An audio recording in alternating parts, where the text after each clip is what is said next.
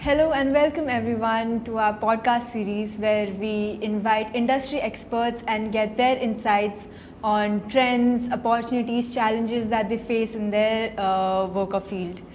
I am Grivani, I am your host for today. I am a PG student here at GSID pursuing advertising, digital design, communication. And today we have with us a very special guest, Mrs. Sukruti Anah Staneley. She has been in the print media industry for about 10 years and she's currently a creative director at Caravan Magazine and she's also a visiting faculty here. So welcome ma'am to the podcast. Thank you. So the first question that I would like to ask is, what has your journey been so far in this industry and what led you to choose a career in editorial? Right. Thank you for having me here. I really do enjoy coming to JSID and working with a lot of the students to explore and understand editorial design more. For me, I think the journey to discovering that I am interested in editorial design wasn't very direct, but I would say that there were signs all along.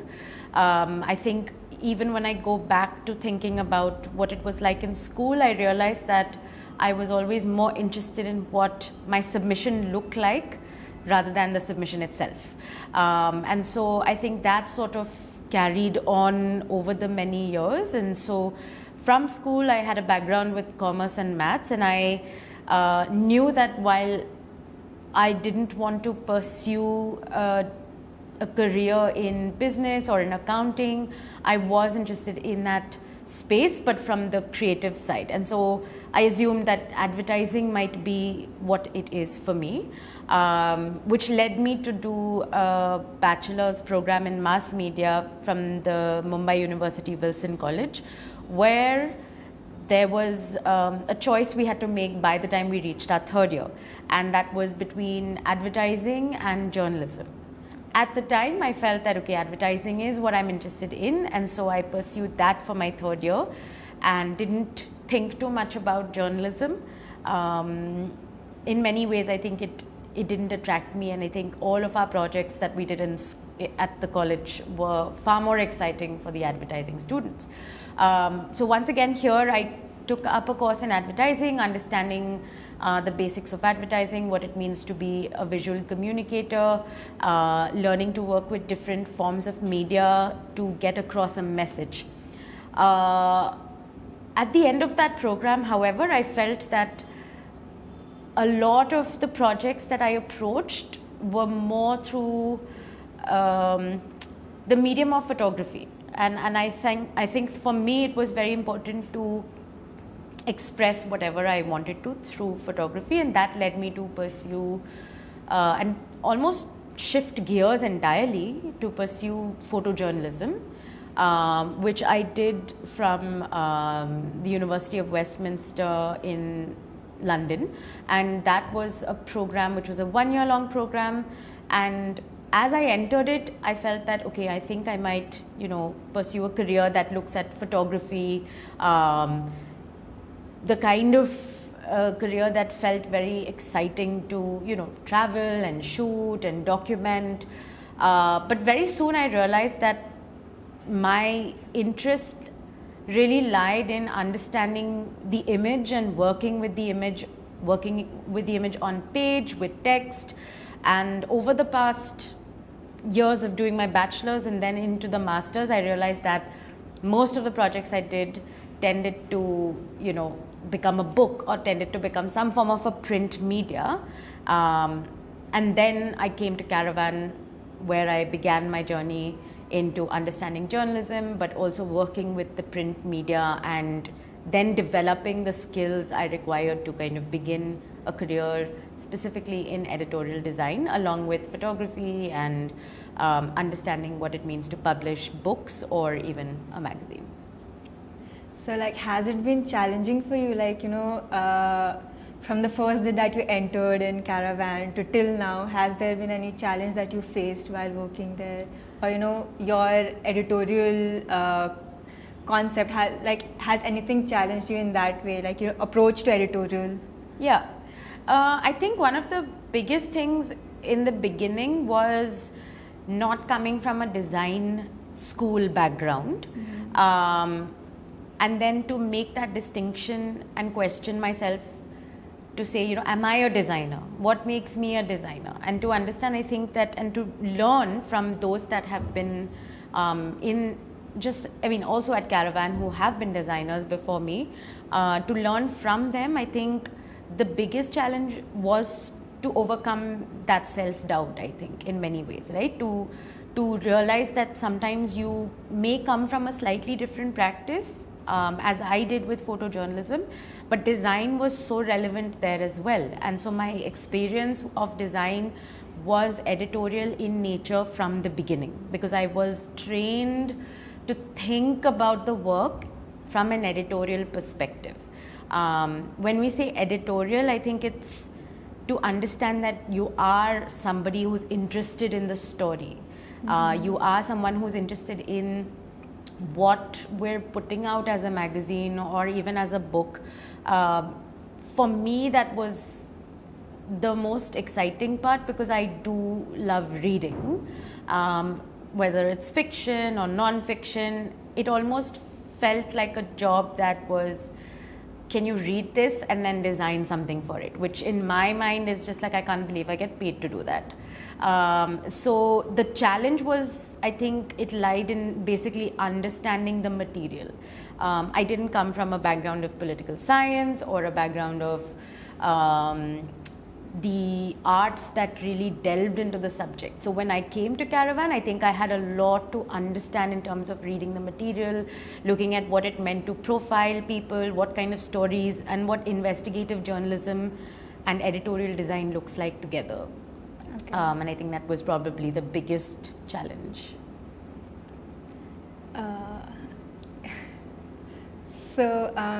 Can you, tell me a little bit, about your process, like what you go, because Caravan is like a monthly magazine, so there must be a certain process that you go through every month. So can you, walk me through some of the process that you go through? Yeah, sure.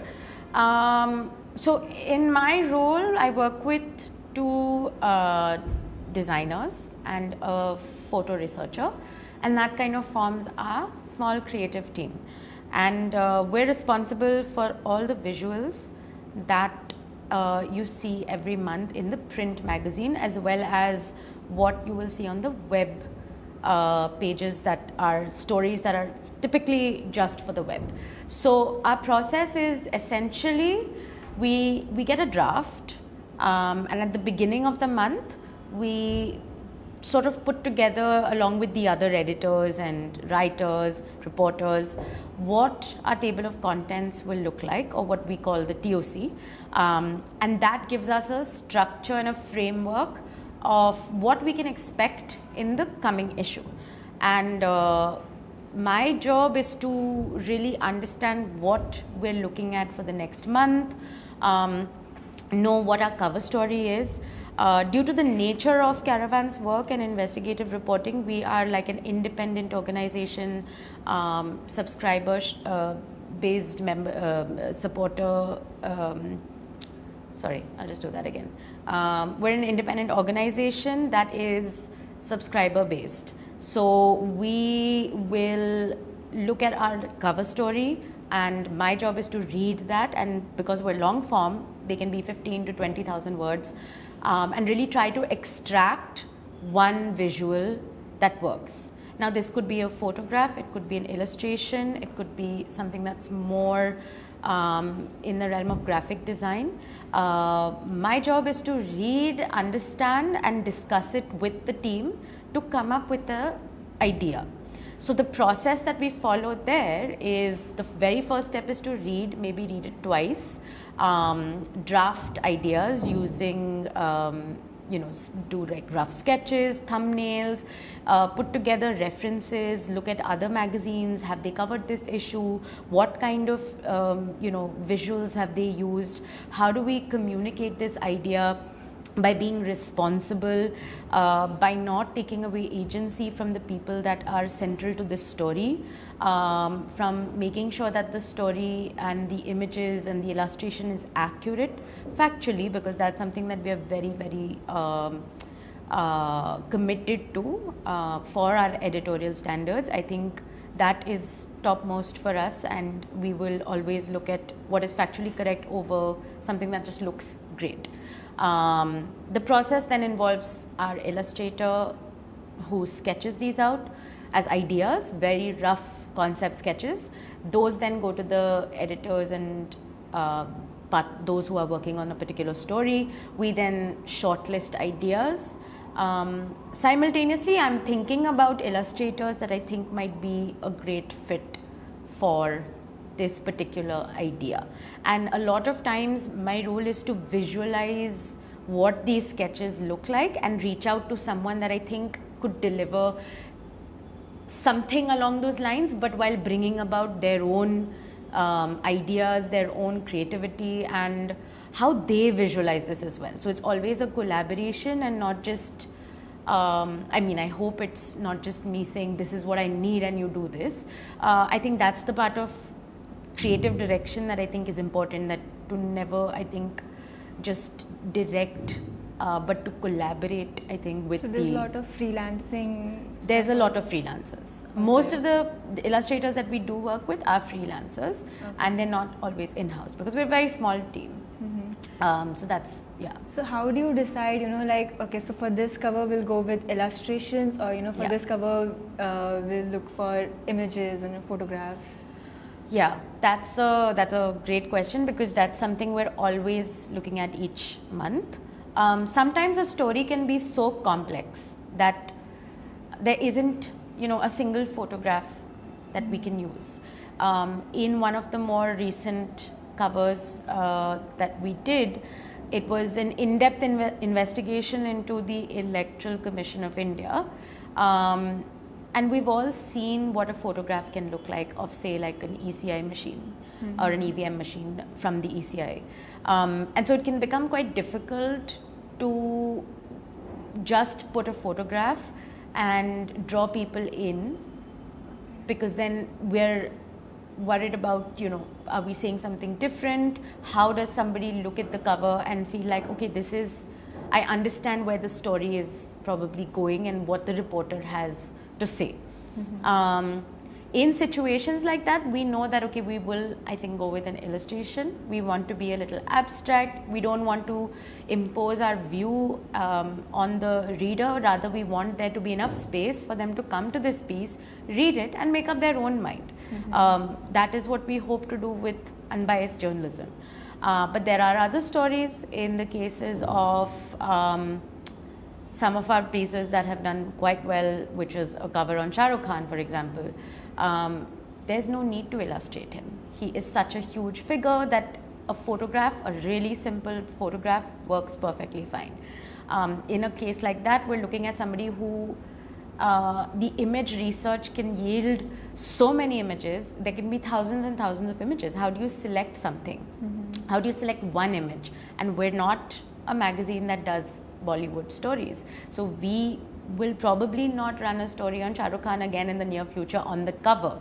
And so the approach to that was to go with something that's very classic, looking at the persona that he is, looking at his politics, looking at the environment in which he works and functions. And so the choice then was to go with something that's a photograph, because that will resonate the strongest with the reader. Concepts are crucial. When it's a profile, we will often try to go with an image. In the event that we don't have a good image or a strong image, which can happen a lot of times when we're dealing with political stories of, say, somebody who is working and we don't have a great image of them, then we will kind of depend on illustrators to come in and build on a concept. Okay, so have you faced any copywriting issues when it comes to photography, when you choose photographs, what's that process like? Again, with copyright, I think it's such a integral part of our process that photo research itself is pretty long drawn out. Like our photo research works from, reading a piece, then picking out elements that are visually, that we think can be visually represented, and having conversations with the editors about that. The image research process itself is to look at the various sourceable wires or agencies that we depend on and rely on for news, or in some cases it might be from our reporters who have been on the ground looking at some of these stories directly, or commissioning people to go and photograph while they are traveling with the reporter, maybe to go and actually shoot on the spot. We are very careful to look at where we're sourcing images from, because I think increasingly this tends to be an issue. We're always looking at the veracity, the veracity of the image, and can I be sure that this image is A, I have the copyright to it, B, is it a real image, right? The idea of a real image is also shifting and evolving. With the advent of AI, we know that these things are going to keep being challenges, and we need to constantly be aware of how to navigate those. But for the reasons of copyright, I think, I mean, it's very important to us as a team, as a magazine, but I also talk about it a lot at the school, especially in the classes that we've had, to always tell me where an image has been sourced from. There are the Creative Commons sources, but then there are also the paid sources like Getty and AP, Reuters, which has an extremely excellent range of photographers. And globally, there are agencies that are doing the work. So when we cannot source an image, we should not use those images. So credits become such an important part of understanding copyright and knowing where an image comes from. So you talked about AI, and technology right now has advanced so fast. What is your opinion on, there are a lot of even magazines or books, they can be they're always available online now. So what's your opinion on that?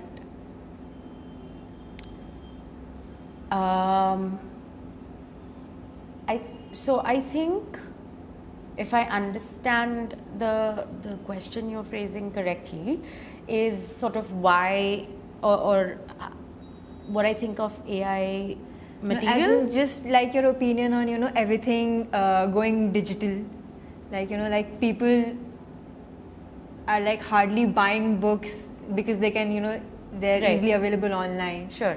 So just that. I think that's a constant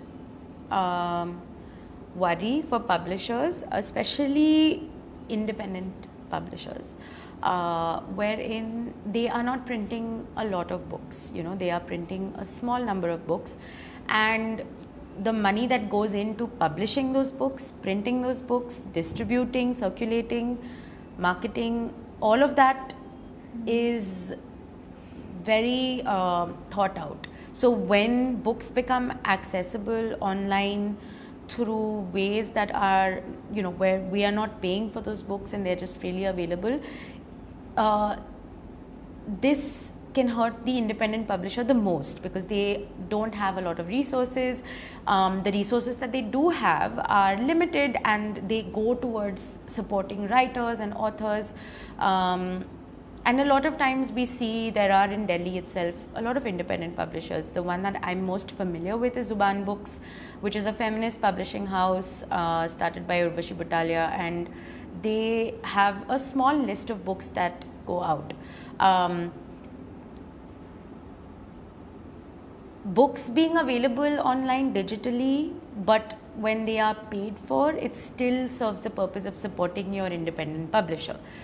So I don't think that that's a huge problem, because ebooks have been around now for a good many years, and I think at the beginning of when they were appearing on the market, there was that fear for a lot of publishers that, okay, I think now that ebooks are coming, who's going to buy the printed copies?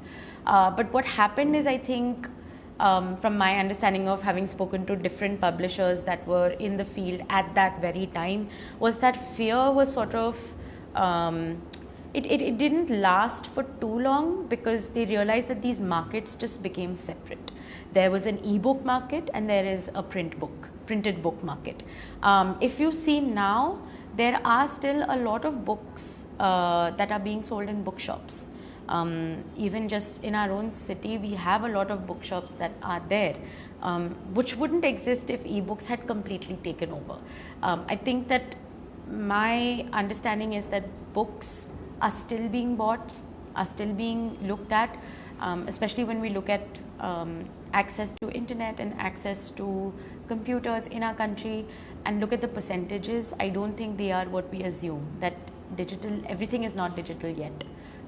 There are still large segments of parts of this country that do not have access to digital media, do not have access to digital archives.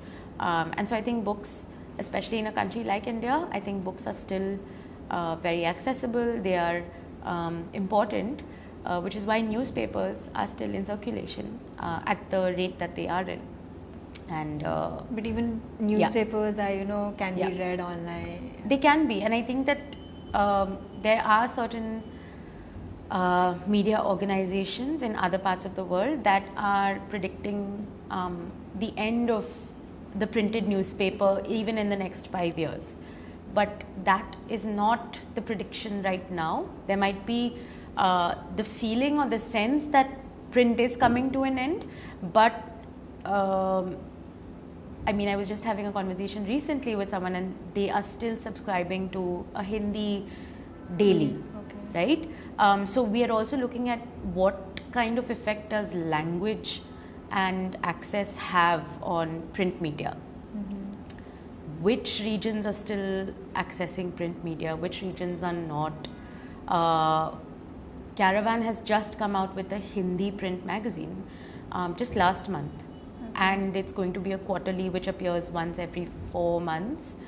And it seems like, is this the time to be publishing something in print when print is not doing so well, maybe? But according to the research that the team has done at Delhi Press, it is still an important requirement and need. People still want to buy the magazine, especially across the Hindi belt where we're looking at publishing this, and we hope to see that Caravan comes out in other languages as well, because that is still, that readership does exist. So how do you segment your target audiences? Because there are now you've started publishing Hindi magazines for Caravan, and there was already English one. So how do you segment them? I think it's important to look at what are we publishing, the kind of stories we're publishing, and the readership that we're hoping to build. I think the kind of stories that Caravan is doing is long form, which requires a lot of commitment from the reader to stick around for the entire story. They're not short stories, they're not few pages, they're pages and pages and pages. Some stories will be 20, 25 pages, and so it requires a lot of commitment. So I think what happens is a lot of the students at universities, professors, academics, policymakers, lawyers, other journalists who want a source that is looking back over a particular issue, but looking at how do we talk about this with historical relevance and archival relevance. Those are the audiences that we're looking to work towards. The kinds that know that, okay, this is not breaking news, this has been in the news for a long time, but we know that if we want to understand everything that has to be understood about a specific issue, I can go and read this one story at the Caravan, because that will help me to understand what happened. When we talk about the Delhi violence in 2020, we have a particular story that will be able to talk about everything that happened around that time, all of the reports. It kind of brings it together. So the people who might want to read that may not be looking for breaking stories. They might be the segment of the population that is trying to understand this issue in a much deeper sort of way. Okay. And so Caravan, focuses on politics and culture, and there are other magazines who, like there are very different genres of magazines. Yeah. So like, obviously you work at Caravan, so you're interested in politics. So are there, do you have any other interests? Like what kind of other magazines do you buy? And you look. Yeah. I mean, because I have, of course, worked at Caravan and I'm very interested in the kind of reporting it does. I also am very interested in looking at how artists, even in India, are producing work, developing work, and stories that are not just directly related to the government and policy and law, like we do look at them at Caravan. But I think there's a lot of other great magazines that are here. I'm very excited to see a particular magazine called All That Blue, which is building on Dalit narratives and coming out with stories designed entirely by various people reporting on different kinds of stories. There's also magazines like Goya Journal that are specifically looking at food and histories, and I think those are really interesting. The Irregular Art magazine is also a very interesting magazine because they are working with different artists in India to create stories based around their own work, but it also, I think, exposes work that we don't get to see in the traditional kind of magazine that you see. And there are a lot of magazines. I think for a while Motherland was also a really interesting magazine that was being published. They came out with different formats. Each month it was a totally different format. It could be like an A4, it could be a A5, and the next month it could be like a, like an A2 or something. So I think magazines that I look to buying, especially when it comes to print magazines in India, there are a few, and of course it's limited. I think I'm very interested in people who are exploring the art of even making magazines. Okay. And those are the kinds of magazines I find myself drawn to, as well as some of the global magazines that are very interesting for their layout designs and what they do, like there's Wired, or I mean there's a lot. I can list them, but yeah. So like, are you you read all these magazines, have you ever tried connecting with the publishers? You must be knowing some of the publishers, right? And you get to know the behind the scenes that goes into creating that piece of content. So how is it interacting with different publishers and editors? Yeah, I think more than magazine publishing houses, my interest of book cover design and really working with multiple publishers is very interesting, because in that process I get to understand how each publishing house functions, or how they work, or how they collaborate with their designers or illustrators to create a book. So I think those end up being some really interesting conversations, or just even looking at how Zuban has done a lot of their publishing, how they reach out to designers, how they illustrate their book covers and their processes, as well as other publishing houses like Simon & Schuster, or there's the Feminist Press in New York, Brooklyn, as well as Influx Press in UK, and getting to work with, I think, all of them is always interesting, because everybody reaches out to you in a different way, gives you a different brief, and also talks about their challenges with the covers, so that they're able to see what kinds of covers they want to build on, what they don't want to look at, what they want to look at, and the way they also look at references of other publishing houses' work. So you've like designed a lot of book covers, right? And there must have been times where there are like multiple iterations that you've done, and you like a particular iteration, but the client is favoring to some other iterations. So how do you? Well, obviously you have to listen to the client, but how do you tell them to, like, what if we go with this iteration and not the one that you want? Like, how is that? Yeah, I think that this can happen a lot of times. I think it's one of the ways that I have come to understand it is that when a team of editors or an editor for a book design or a book cover design have reached out to me and said, can you work on this? I've spent the time, reading the material, looking at the material, trying to understand what can visually depict this particular issue or this particular cover. Now, it's my job to produce iterations, to develop concept sketches, to develop what my ideas are. If I don't like one of those ideas, like I absolutely hate it, then I need to get rid of it at that point. Yeah. Right? But if I really don't like an idea, but I forward it, then that's confusing. It's sending a different kind of message also to the editor that's working on this, because if you really don't like something, then it doesn't make sense to send it forward. But when you send iterations forward, you send sketches forward, let's say you send 3 sketches, you already like these 3. Now from these 3, you may have a preference, and that's completely fine.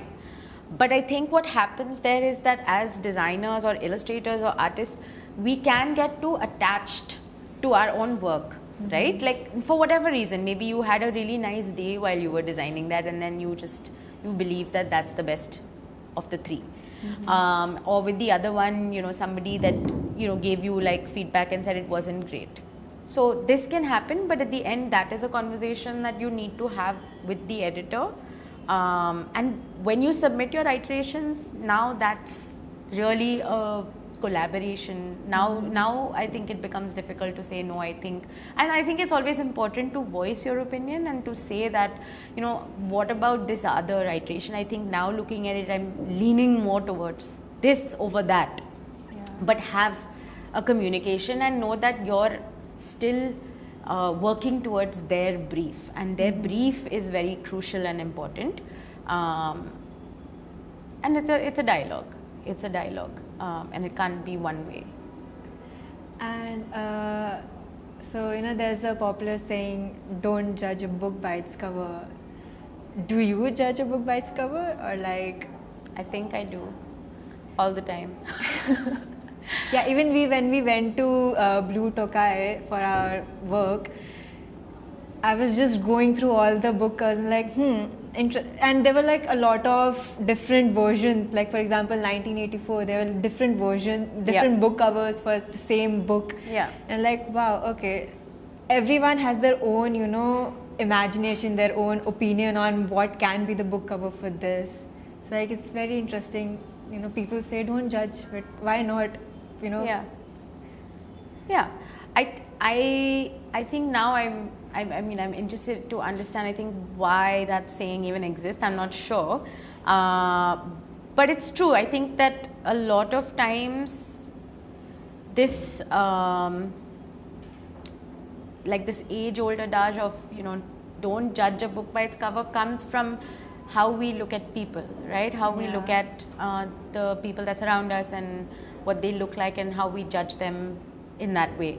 But when it literally comes to book covers, I think that there's no way that people, like, we don't judge. I mean, I know I do. I can't speak for everybody, but I know I do. Especially working in a bookstore for inside a bookstore for almost 2 years of my life. I think I was surrounded by books, and that urge to constantly buy a book every time I pass a bookstore reduced. And so then I found myself going into bookstores and being able to just look at covers, just browse them. And I definitely think that the ways in which we design book covers, they will draw certain people. There might be a book that is within the genre of, let's say, a thriller. We are conditioned to think of a thriller and expect for it to look a certain way. Yeah.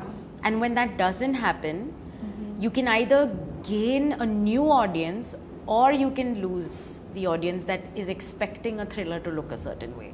So covers are judged. I think they are often judged, but that shouldn't be, I think, the basis for all of our outlooks on how we design a cover. But I think it's important to bear in mind that covers are being judged, right? Because that's when we put our hand out to reach out and grab a cover, because something in our mind is telling us that, oh, I want to see what's inside this book, because something is drawing me to the cover. It could be that you judge the cover and you think it's so terrible, and you pick up the book and you realize, oh, actually I want to read this. Or it could be that the cover is just so beautiful and you pick up the book to read it and you're like, actually, this is not in my interest. But judging a book by its cover, I think, is very important to keep in mind, because as a cover designer, I have also encountered times when we have misjudged a book, or we've created a cover that doesn't actually suit the book, and so that's not helping the book either. Okay. Yeah. So was there a book cover that really attracted you, and you bought the book just for the cover? I think most recently I can think of the Book Hunters of Kattapadi, which is a book by Pradeep Sebastian, and it was also a genre that I wasn't very familiar with, which is a biblio-mystery. It's a fictional book, but it's all about this really old rare books store in Chennai that kind of takes people on a hunt looking for these rare books to different parts of the Nilgiris in Ooty. And I had no idea how much I would come to love the book itself, because it really is a book about books for book lovers, about printing practices, about collectors, about rare book collectors in India, and an angle of mystery, which I find very interesting. But the book cover itself had such a sort of an etched feel. The cover was a very soft matte sort of velvet finish, which I don't see very often. It had this gorgeous sort of gold foiling and color foiling on the book itself. And I think that was about 4 years ago when I picked up that book, read it, and I really enjoyed it. And then early this year, I was in a bookstore in Bangalore, a very small bookstore in Bangalore, and I saw another book by this author, and I immediately bought it because that book cover was wonderful as well. And this one's another very, very interesting book. If you are interested in books and the art of making books or collecting books, Pradeep Sebastian's work is... I'll look at Yeah. Yeah. So you're a visiting faculty here. Like, how did that, going into like creative direction, working for a magazine and then, transitioning into teaching, how did that shift come? Like, did you always like teaching, or like what, influenced you to come here and teach? Yeah. I think that in some forms, teaching has been something I've always enjoyed doing. During the pandemic, I specifically remember I had moved from Zuban to Caravan, and there was a need for some of the people that were taking up the role of production, editing and designing that needed to understand what and how to approach book cover design and book design. And that evolved into some sort of these online sessions with different people across the city, and also not in Delhi, wanting to learn book cover design and wanting to understand how to design books, how to typeset, how to use typography. And I think that became a way of reaching out to professionals that are in other fields but want to understand how to use the softwares like InDesign and Photoshop or sometimes Illustrator to design book covers.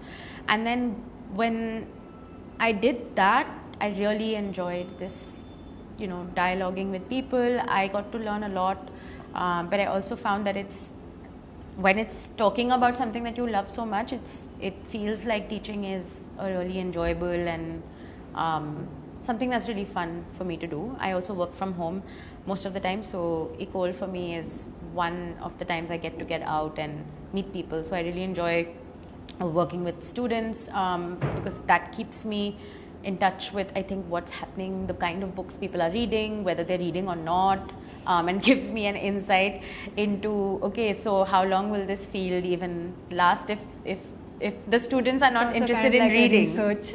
Yeah. Yeah, but I think it's been great. I think teaching is a lot of fun because it's two ways. I get to learn a lot and I get to share whatever I have learned as well. So, like, how would you, advise a student or someone who's aspiring to become an editor in editorial design? Like, what would you suggest them? Like, how should they start their journey? I think editorial design is it's a fairly broad term, in that it can also mean that you're a book designer, it can mean you're a book cover designer, you could be working in magazines, newspapers, websites even, because I don't think editorial is only about print media, it's also about digital media. But editorial design at the very center is for someone who is interested in editorial work, which is text, which is the written word, which can be a story, it can be fiction, non-fiction, it can be anything that is communication, but with an editorial angle. So I would say that the first thing is to ask yourself if you do enjoy that kind of work. Do you like reading? Do you like, and it doesn't have to be reading, a very specific kind of thing. It doesn't have to be that you only like reading literature or, you only like reading, like even a magazine like Caravan. Not everybody wants to read it. But you could be interested in like in your case, you're interested in the F1. So your work will it will rotate around that. But that is editorial because that's communicating information to people about a certain subject. And that doesn't mean that you have to read, like politics and investigative journalism, but you will have to read the work around F1. You'll have to be that interested that you look at the books, the material, the websites, the interviews, the profiles of the various racers that you're working with. But editorial means that can you dive into the interests you have? Are you okay to read it? Are you okay to think about how do you communicate that visually and make something that feels like, is important to you, accessible to other people through design? Okay. And what is, like the current situation? What do you think is like, in the job market? How is it in this industry? So I think with editorial design, even if you are kind of basing yourself in that, the book cover design is, I think, a really growing, in my view, it's a really growing market. I think illustrators, designers who weren't traditionally in this field or even working with a publishing house are contributing and doing an excellent job of working on these books. And there's that collaboration with the publishing houses, the designers, as well as illustrators that are not part of the publishing house but contribute to these editorial designs. And so I think that there is a lot of scope for that. Another aspect of editorial design I see that a lot of times people might sort of feel is a bit boring is report designs or, working with NGOs and various organizations to compile their research and compile their data. That is also a form of editorial design because that requires for you to be interested in infographic design, data design, and understanding large chunks of material and making sense of it. And that, I think that's a huge field that is constantly requiring people. There is also a job market for communications associates, communications people, where various kinds of organizations, it can be NGOs, it can be even educational institutes that are not design institutes, but they all require somebody that is able to look at visual communication, work with text, work with images to put together reports or various kinds of material that they will require. And so editorial looks at all of these things. And I think with design, like editorial design, it's always required. Yeah. So like, in your opinion, should we like do freelancing, or like just get a job, or like internship? Like, what's your opinion on that? I suppose that when one graduates, or even while you're graduating, it might be difficult to know exactly what you want to do. And I think that can often be one of the biggest challenges a student faces.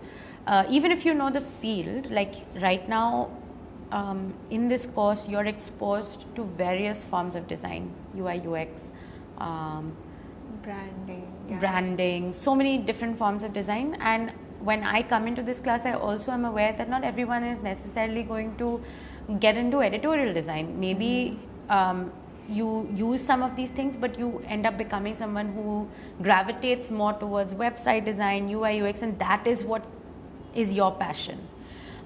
So I think that if you are unclear and if you're not sure of even the field you're interested in, of course, if you're clear about the field, I would say get into that field, go for an internship, really kind of make yourself available to learn all parts of the job, even those that don't fully make sense to you. But work at a design studio, work at a web design studio, or work at a publishing house as any kind of an intern, because that's where you get to understand the industry you're interested in. Okay. And if you're not sure, then I think working at a much larger, sort of broader design studio will help you narrow that down. Talk to mentors, talk to people at the university, talk to people that are in the field, and try to understand what your skills are, what are your positive points, what can you develop, because sometimes it may also be that, and I think this is in my case, that I thought I will do something, but I ended up doing something else. Yeah. Right? Like I did advertising, but I ended up getting into journalism. And so what carries through is the thread of design. So it doesn't matter, I think, it matters where you go, but sometimes you have to just do the thing and explore something in order to know whether it works for you or not. And I wouldn't be afraid to do that. I think there's a lot of time once you're a student, it feels like there's a lot of pressure to get a job, but internships are great ways to explore a craft, explore something for a certain given period of time, and then make a decision. Okay, so like I'll talk from my perspective. So if I want to get into editorial design, and if I want to get a project, like how do I do that, and what salary should I expect, or what should I demand in the industry? Yeah. So with finding freelance work, one of the most important things I believe is to have a portfolio. Okay. Right? And reaching out to the people you would like to work with, sending them your portfolio and saying, I'm here and I'm available to work. I think that there is definitely a way that you will see your own practice growing over the years, and know that you will be starting from a certain salary level, and with time and experience and practice, that can obviously increase. One of the things that I personally believe in is to be transparent with your own peers, because that will help you understand what each one of you are asking for, are being offered, and to know that in this time you can do that. You can make those requests for a certain salary. I think that the salary ranges will change from industry to industry. Even within, I think, an independent media organization, in one place you might get a certain amount, in another place maybe you will get twice that amount. So, I know that in general, starting salaries for a designer, a junior designer, could be anywhere between 25 to 35 a month, right? 25 to 35,000 rupees a month. But there are other places that might be willing to pay 50 or 60 depending on the money they have and depending on the kind of resources they are able to provide you with. It's a little difficult to say that this is how much you can expect, because it will be, maybe that's the case for you, but one of your own classmates is able to get a different salary.